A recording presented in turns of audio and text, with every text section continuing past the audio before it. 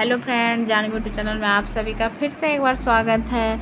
आज हम आपको जितिया व्रत की कथा सुनाएंगे, जो कि जीवित पुत्रिका व्रत है। जो आज जीवित पुत्रिका का निर्जला उपवास है, आज हम आपको उसकी कथा सुनाएंगे। जो कि व्रत में कथा सुनना बहुत ही शुभ माना जाता है।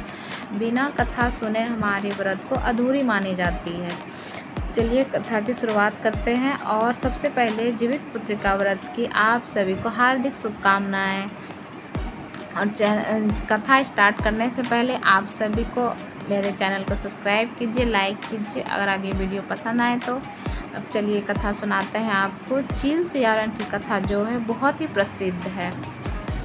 जितिया व्रत में चील और सियारन की कथा को सभी अपने अपने हिसाब से बताते हैं। कुछ लोग चील और सियारन को देवरानी जेठानी बोलते हैं, और कुछ लोग सहेलियाँ भी बोलते हैं, और कुछ लोग बहनें भी बोलते हैं। तो हम लोग बहनें ही बोलते हैं। एक समय की बात है, एक ही जगह पर चील और सियारन रहती थी। एक पेड़ पर जो चील थी वह डाली की टहनी पर रहते थे, और जो सियारन थी वह उसी पेड़ के नीचे मांद बनाकर गुफा में, जड़ की गुफा में रहती थी। दोनों अपने अपने घरों में रहती थी। एक समय की बात है, जीवित पुत्रिका व्रत आया और दोनों ने व्रत रखा और संकल्प लिया। चील ने बहुत ही त्याग और समर्पण के साथ व्रत रखा, और जो सियारन जो थी वो बेचैन थी। सुबह से ही तो बेचारी कैसे भी करके समय निकाल रही थी और पार कर रही थी। और दोपहर होने के बाद वह चली गई शमशान घाट जाकर उसने बहुत सारा मांस इकट्ठा कर ले आई, और चुपके से उसने सोचा कि मैं चुपके से खा जाऊंगी और चील को नहीं बताऊंगी। और वह ऐसा ही की और गई और ऐसा ही की। और कुछ ही देर बाद जैसे ही शाम हुई वह बेचैन हो गई, उससे भूख बर्दाश्त नहीं हो रही थी। चील बोली, सियारन बहन, आप किसी प्रकार का छल मत करना। जीवित वाहन भगवान है, वो आपको कभी माफ़ नहीं करेंगे। सियारन बोले, नहीं तो ऐसा और मैं कोई भी कार्य नहीं करूँगी।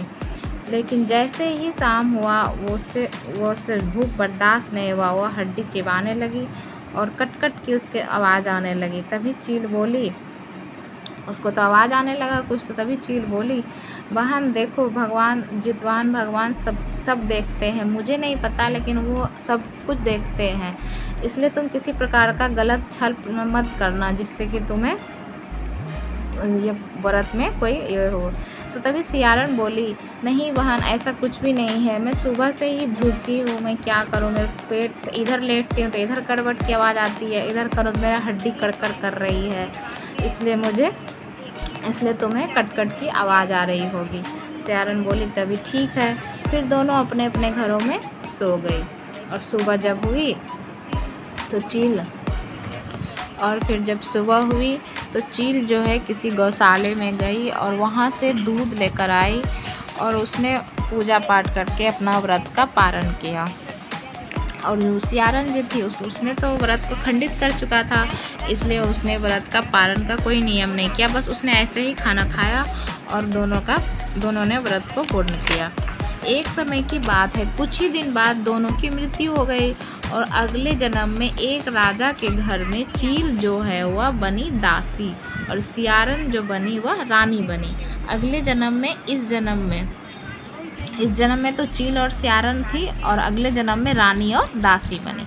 उसके बाद से क्या हुआ कि चील के 4-5 बच्चे थे और बहुत ही सुंदर थे, और जो सियारन जो थी उसका कोई बच्चा नहीं था। और वह जो थी वो संतान होता था तो वो पुत्र हो या पुत्री कोई भी हो, वह होने के साथ ही ख़त्म हो जाते थे। मतलब वो रहते मृत्यु हो जाती थी उनकी। उससे बहुत ही दुखी थी सियारन। उसके राजा भी बहुत दुखी थे, बहुत उपचार, डॉक्टर, बहुत सारा उसने किया, पर किसी का भी कोई दवा काम नहीं किया। दोनों बहुत ही दुखी थे। इसलिए वह जो चील के बच्चे थे 4-5, तो उसको देखकर उसे जलन और सिया की भावना होने लगी। इसलिए उसने क्या किया था, उसको मारने के लिए बहुत सारे उपहार के रूप में कभी सांप भेज देते थे, कभी जहर का कुछ भी भेज देते थे, ताकि उसको उससे ईर्ष्या होने लगी थी कि इसके 4-5 बच्चे, मेरे कोई भी नहीं रहते। इसलिए उसने ये करने लगी। पर वो सांप अगर वहाँ जाते थे तो वो फूल बन जाते थे, और वो मिठाई के रूप में हो जाते थे। वो मतलब उल्टा हो जाता था। वहाँ पर जो है संतान उसको जीवित और उसको दीर्घायु उम्र होते जा रहे थे। इसी तरह समय बीतता गया। एक दिन सियारन ने देखा और पूछा, एक दिन चील ने देखा और पूछा सियारन बहन से कि हे बहन, तुम बहुत ही दुखी हो, क्या बात है। तभी चील सियारन बोली कि मुझे तो तुम्हें तो मेरा दुख का बात पता ही होगा कि मैं किस लिए बात के लिए दुखी हुई। मैं बहुत दुखी हूँ, मेरे कोई भी संतान नहीं रहते हैं। तभी चील बोली कि हे बहन, मैं एक बात बताऊं। तो बोली बोलो। तो अगले जन्म में आपने जो जितिया का व्रत का निष्खंडन किया था, मतलब खंडित कर दिया था, इसलिए आपको ये सब मिल रहा है। आपने मुझे झूठ बोला था कि मैंने हड्डी नहीं खाई है, पर आपने उस व्रत को खंडित कर दिया था, इसलिए जितवान भगवान आपसे नाराज़ हो गए हैं। तो फिर बोली फिर मैं क्या करूं। ये सुनकर सियारन की तो पैर तलो ज़मीन खिसक गई कि मुझे अगले जन्म की इस जन्म में मुझे मिल रही है। तभी बोली अब मैं क्या करूं। तो सियारन बोली, चील बोली कि देखो, आप जीवितवान भगवान से प्रार्थना करो और उनसे बोलो कि मैं मेरे पुत्र जन्म ले या पुत्री में मुझे मृत्यु मत देना मेरे पुत्र को।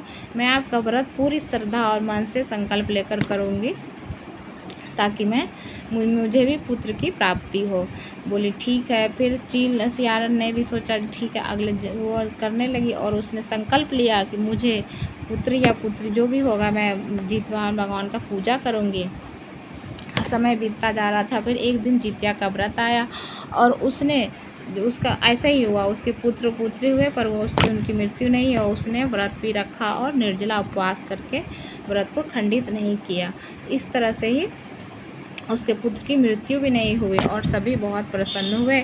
और इसीलिए हम लोग संकल्प करते हैं कि जैसे जितवान भगवान ने चील और सियारन के बच्चे को उम्र भर उम्र ऐसे दिया, उसे हम लोग को भी बच्चे को दीर्घायु उम्र दे। इसीलिए ये चील और सियारन की कथा जितिया में बहुत ही मशहूर है। इसलिए चील और सियारन की कथा सुनने से और बहुत ही जब जितिया का व्रत करते हैं उसको सुनने के मास से भी सभी की मनोकामना पूर्ण होती है। आप सभी को भी जितिया की सभी को हार्दिक शुभकामनाएं। जितिया का व्रत कीजिए और सभी के पुत्र को लंबी दीर्घायु उम्र दे। चलिए मिलते हैं नेक्स्ट ब्लॉग में। Bye bye.